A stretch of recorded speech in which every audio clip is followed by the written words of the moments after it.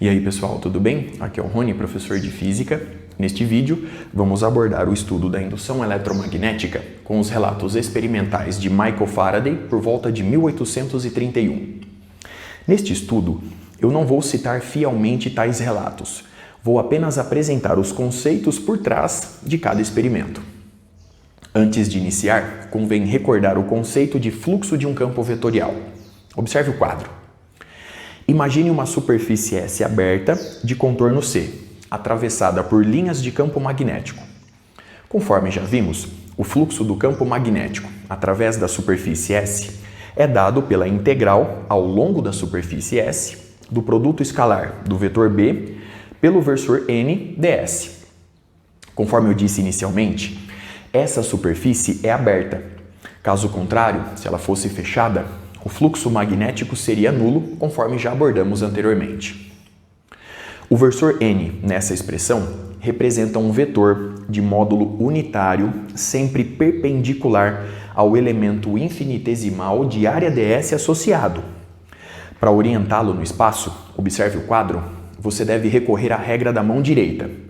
Se os seus dedos percorrerem o contorno do elemento infinitesimal de área ds no sentido anti-horário, o seu polegar naturalmente vai orientar o vetor N no espaço, conforme ilustrado.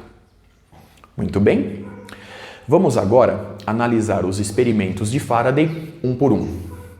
No primeiro experimento, Faraday puxou uma espira na horizontal e para a direita com velocidade v através de um campo magnético fixo, variando a área útil da espira disponível para o fluxo magnético. Consequentemente, através da variação da área, ele promoveu na espira uma variação no fluxo magnético.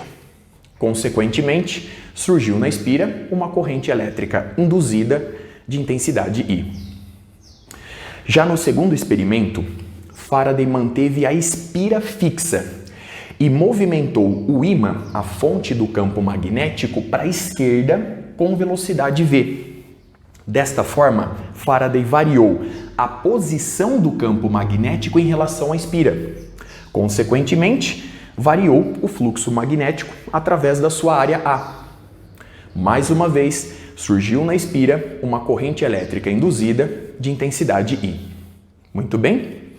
No último experimento, Faraday manteve a espira fixa e o campo magnético fixo.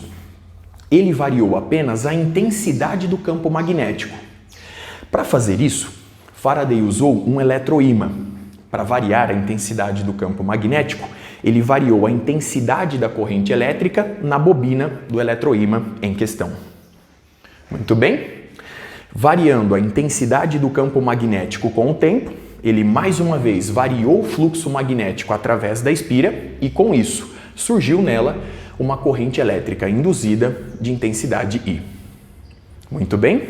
Observe as figuras mais uma vez. Note que, seja qual for o motivo, se o fluxo magnético variar através da espira, vai surgir nela uma corrente elétrica induzida de intensidade I. Sendo R a resistência da espira, nós podemos enunciar a lei de Faraday através da corrente elétrica induzida da seguinte forma. A intensidade da corrente elétrica induzida é igual a menos 1 sobre R, que multiplica a derivada do fluxo magnético em relação ao tempo t. Muito bem? Observe que, eu reforço, é preciso que exista uma variação no fluxo magnético através da espira com o passar do tempo, seja qual for o motivo, para que apareça nela uma corrente elétrica induzida de intensidade I. Associada a essa corrente elétrica induzida, existe uma força eletromotriz induzida, dada pelo produto da resistência R pela intensidade de corrente elétrica.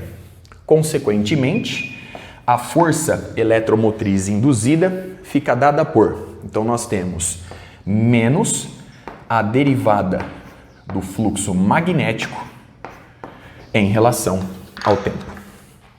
Muito bem? O fluxo magnético é dado em Weber e a sua variação também. O intervalo de tempo em segundos e, consequentemente, a força eletromotriz induzida é dada em Weber por segundo, ou, se você preferir, Volt. Muito bem.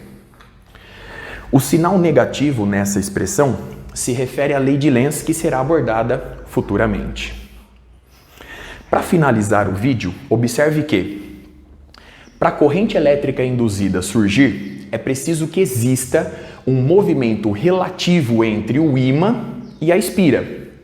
Nos próximos vídeos, nós vamos abordar mais profundamente o surgimento da força eletromotriz, analisando esse movimento relativo. Nós vamos investigar como ela surge em cada um dos casos ilustrados aqui. Muito bem? Observe a lei de Lenz, toda a análise experimental. Com isso, eu encerro este vídeo. Até a próxima.